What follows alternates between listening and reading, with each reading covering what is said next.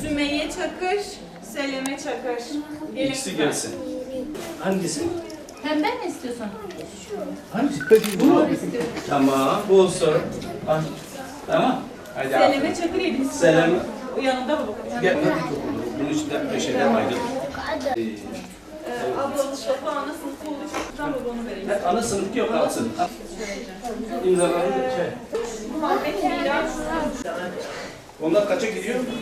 Yasin. Gel. Evet. Tamam. Miraç Keskin 4. sınıf. Tamam. Bismillahirrahmanirrahim. Bugün mübarek kandil günüdür. Onun için Umut Kervanı olarak biz bütün İslam aleminin mübarek kandili tebrik ediyoruz. Malumunuz Umut Kervanı olarak her yıl kırtasiye çalışmaları yapıyoruz. Ve bu yıl gene 150'ye yakın çocuklarımızı öncesinden tespit ettik ve bu şekilde hayırseverlerimize gittik ve onları bu şekilde çanta yani set olarak biz aldık. Ve bugün inşallah Teala biz bunları dağıtacağız ve bundan sonra da dağıtmaya devam edeceğiz. Çünkü bu yıl bizim şöyle bir hedefimiz daha var.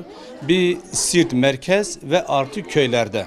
Biliyorsunuz köylerde gene fakir ve muhtaç olan ailelerin çocukları tespit edeceğiz ve okula gidip yönetici yani oradaki müdür beyle ya da oradaki öğretmenimizle birlikte onların dağıtımını da yapacağız.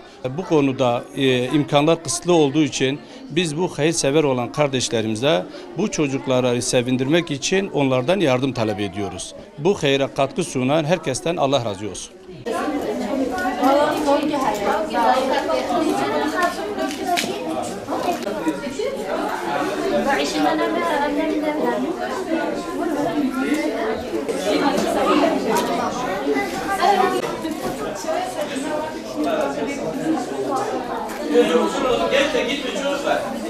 Bismillahirrahmanirrahim.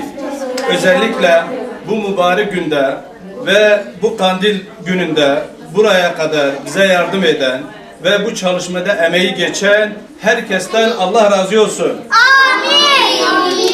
Ve bu çalışmanın içerisinde maddi ve manevi olan destek çıkan herkese Allahu Teala onlardan razı olsun. Amin. Rabbim bu dünyada malına bereket ve ömrüne inşallah da sıhhat versin. Amin. Ve ahirette, cennette onları mükafatlandırsın. Amin. Allah onların hayırlarını kabul etsin.